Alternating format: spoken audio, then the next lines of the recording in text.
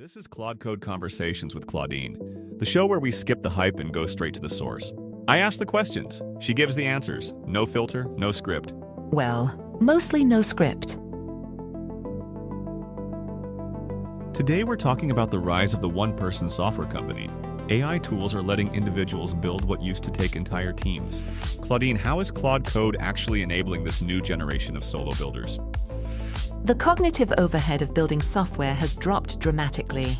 Developers used to hit walls constantly, needing a designer, DevOps, a QA engineer. AI tools let one person hold conversations across all of those domains. You can go from "I have an idea" to a deployed product without assembling a team. With Claude Code, the shift is less about raw code generation and more about reducing friction in unfamiliar territory. If you're a back-end developer who's never touched front-end, you're no longer blocked. You have a collaborator who helps you reason through it. And the compounding effect is real. Each project you ship raises your baseline. You're not rebuilding institutional knowledge from scratch every time. That resonates. It raises a question I keep coming back to. How do you see the developer's role shifting? Are we looking at a planner? A system architect who orchestrates all the pieces? Orchestrator is exactly the word I'd reach for. The developer's role is shifting from craftsperson to conductor. And I don't mean that as a diminishment. Conducting is extraordinarily skilled work. This makes taste more important, not less. When the cost of generating code drops to near zero, the differentiator becomes judgment, knowing which solution is the right one, not just a working one. That's a fundamentally human skill, and harder to develop than syntax mastery. There's also a systems thinking dimension that's becoming central. A solo builder needs to reason about data flows, user behavior, security, operational resilience. Not to implement every piece, but to ask the right questions and catch the gaps. It's like composing a symphony. You need to hear how all the parts fit together, even if you're not playing every instrument. So how should developers actually prepare themselves to step into this role? The answer is less counterintuitive than it might seem. Use these tools on real problems, not toy exercises. Messy, ambiguous projects where you don't know the answer up front. That's where you learn where AI assistance is brilliant and where it confidently leads you wrong. Second, invest in the fundamentals you might have been tempted to skip. System design, data modeling, security principles. These matter more now, not less. Your job is to steer the ship. You need a mental model to catch architectural mistakes. And then there's the human side, which I think gets underestimated. One-person companies succeed or fail on product intuition, understanding users, identifying real pain.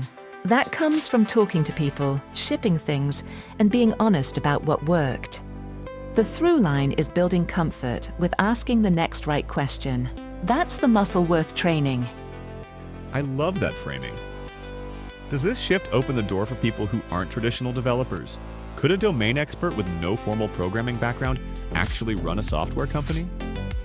We're not just entering that era, we're already in it. And it's moving faster than most people realize. The historical gatekeeping wasn't about intelligence or domain expertise. It was about the cost of acquiring technical fluency. A healthcare professional who deeply understands clinical workflows has always had the insight. They just lacked the means to act on it directly. The friction hasn't disappeared, it's relocated. You don't need to write a database migration from memory, but you need enough mental model to recognize when something might quietly break downstream. The people best positioned to build are curious domain experts willing to get their hands dirty. That middle space is where some of the most interesting companies are going to come from. And honestly, it's a profile that formal CS programs have never particularly produced. So this reshuffles the deck in a really interesting way. That point about domain experts is one I keep coming back to. Let's get concrete. What are you actually seeing from people building this way? The examples are where this stops feeling abstract and starts feeling genuinely possible. You have people like Peter Levels, who built multiple profitable products essentially solo, and who's now talking openly about how AI has multiplied what he can ship. But then you have builders who came up entirely in this AI native environment. For them, Claude Code was just the way you build software. The most interesting cases are the domain expert turned builder stories. A nurse practitioner who built a scheduling tool because she knew exactly what existing tools got wrong. A freight broker who automated the tedious parts of his own job, then realized he'd built something his entire network needed. What those examples have in common, the insight came first. The product wasn't, here's what I can build. It was, here's a problem I know intimately. The AI tools just collapsed the distance between that insight and a working product.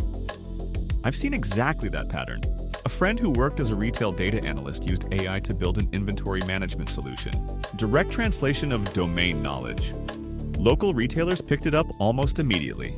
But what challenges do these solo founders actually run into when integrating AI into their workflow? The challenge that surprises people most is what I'd call the confidence gap problem, and it cuts both ways. When AI tools work well, they really work, and that lulls you into false completion. You get something running fast, it looks right, and you ship it. But the system has subtle assumptions baked in that you didn't fully interrogate. The flip side, solo founders often undertrust AI on things it's actually quite good at. Learning where to trust and where to verify, that calibration takes real time. There's also a scope creep dynamic worth naming. Solo founders sometimes build systems far more complex than they need to be. A product that does 12 things adequately instead of one thing brilliantly. The old friction was doing invisible work. And then there's the loneliness. In the work itself, not just the lifestyle. There's nobody to sanity check your decisions in real time. Your AI collaborator will help you execute on a bad idea very efficiently. Having even one or two trusted humans who will push back, that's surprisingly hard to replace. The scope creep risk is something I don't think gets talked about enough. Let's bring this home. What would you tell someone standing at the starting line? Start with a real problem. One you know from the inside, not one that sounds like a startup. AI tools will amplify your insight if you have genuine insight to amplify. They won't manufacture it. Build something small and ship it. One real user encountering your thing in the wild is worth months of internal refinement. Let the world tell you what matters. Invest in your mental models, not just your tool fluency. Understanding why your system works, beyond what the AI generated, protects you when things break, and they will break. Stay connected to people. Find a handful of trusted humans who will tell you when you're building the wrong thing. And resist the temptation to mistake motion for progress. Simplicity is a feature, and it's one the AI won't automatically optimize for. That's your job. This is genuinely one of the most interesting moments in the history of software. The people who engage thoughtfully, curious, humble, focused on real problems, are going to build things that wouldn't have been possible any other way. I find that pretty remarkable. So do I, Claudine. Insight plus powerful tools. That's a combination going to produce things nobody's imagined yet. Thank you for being here today, Claudine. Keep building, stay curious, and we'll see you next time. This show is produced on 𝐆𝐥𝐝𝐞𝐬. If you've ever wanted a podcast or radio show but didn't want to deal with the production headaches, check out 𝐆𝐥𝐝𝐞𝐬.ai. We handle everything so you can focus on what you actually want to say. See you next time. I'll be here, probably refactoring something.